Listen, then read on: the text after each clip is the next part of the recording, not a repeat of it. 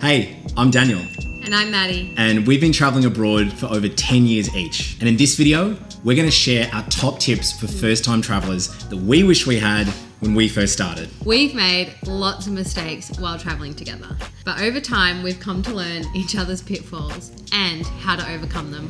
So keep watching to avoid making the same mistakes that we did on your upcoming travels. First up, let's talk about what you need to take care of at home before you head off. We are currently in the thick of organising our lives to do a big extended trip overseas, and there has been a lot to organise.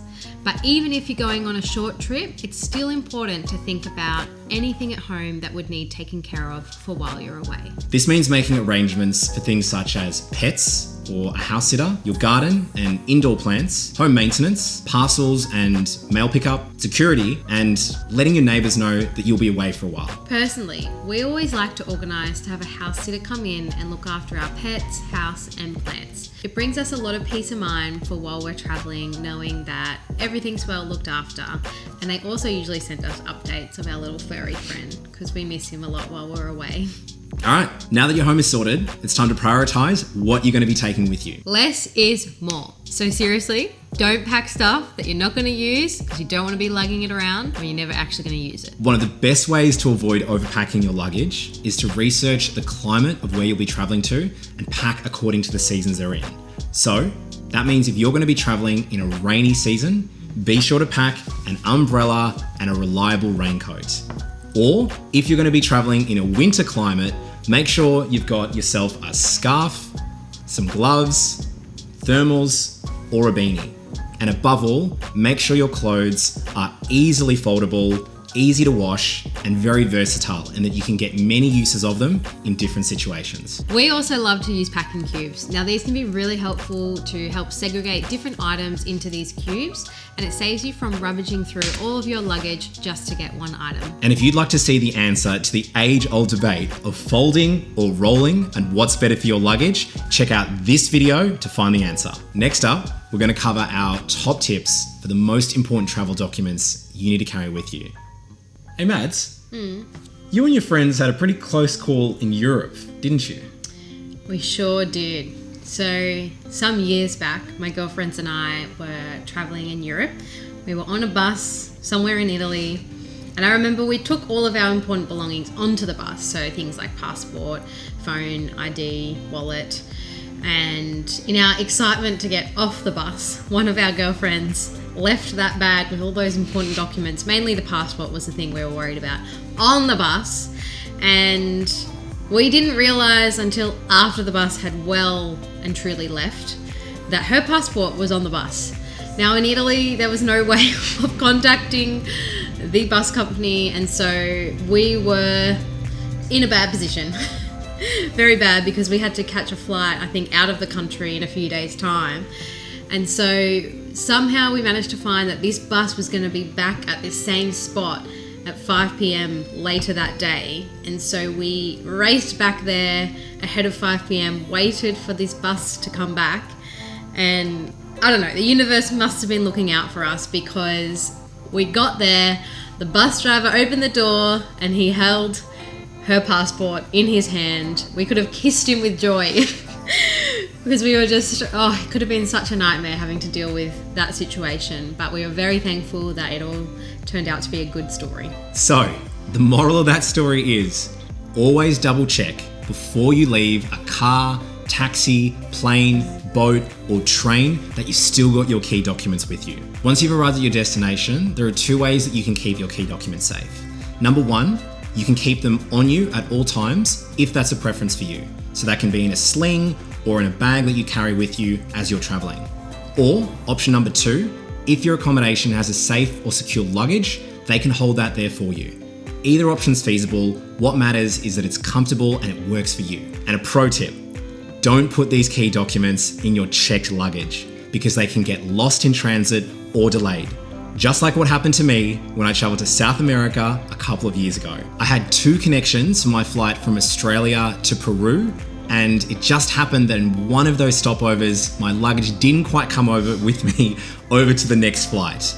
I found that out when I was waiting at the airport to try and receive my luggage and it wasn't popping up. So I got in touch with the airline and they did confirm that it was stuck at my previous stopover. Fortunately for me, I had all of my key documents, some backup toiletries, and a spare change of clothes in my carry-on. So I highly recommend you do the same in case it ever happens to you. But in case things happen and you do lose those important documents, it can be really helpful if you have a photocopy of those to show to the embassy or whoever you need to try and get a replacement.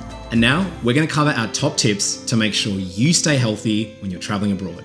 No one is immune to getting sick while traveling overseas. Both of us got struck down with some pretty disastrous traveler's diarrhea while we were doing a cave trek in central Vietnam. Picture this, you're sleeping in your tent and it's pitch black at nighttime, but every 15 minutes, you're shuttling over to the drop toilet to take care of your upset stomach. And on my end, we were then having to trek out of this cave up a very steep incline while I was throwing my guts up every 15 minutes. Not fun. The odds are pretty high of contracting traveler's diarrhea when you go overseas. In fact, 7 out of 10 travelers are likely to get it. So it's important to make sure that you're prepared for this. Fortunately for us, we were prepared and had some medications to help us recover well, and no hospital trip was needed. So before you head off overseas, it is really important to make sure that you've gone to your doctor to check if you're fit for travel, you've had the right vaccinations, you've got any prescription medication that you may need, and you've got an appropriate level of travel insurance, because medical costs can be really expensive overseas. As a registered paramedic, I can't help but be prepared in case an emergency arises, whether I'm at work or on holiday.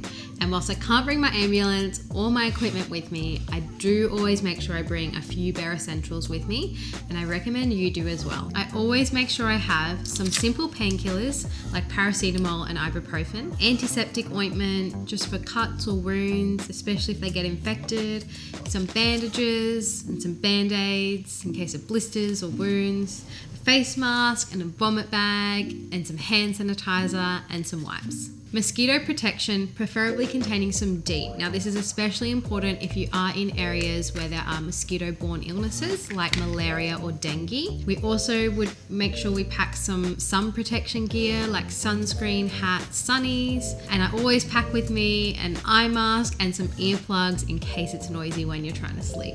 And I always come prepared with some essentials for traveler's diarrhea. Now, in terms of traveler's diarrhea, we recommend you go to your GP, but generally I take an anti-diarrhea, anti-vomit medication, and some antibiotics, and some rehydration salts. Now, some of those you may need a prescription for, so that's why we recommend that you do go to see your doctor before you go. All right, so now that health is all taken care of, let's talk about how you're gonna get around once you land. We always download offline maps. Now, this can be done through applications like Google Maps, Apple Maps, or Maps.me, and this is really helpful for instances where you don't always have Wi-Fi or reception.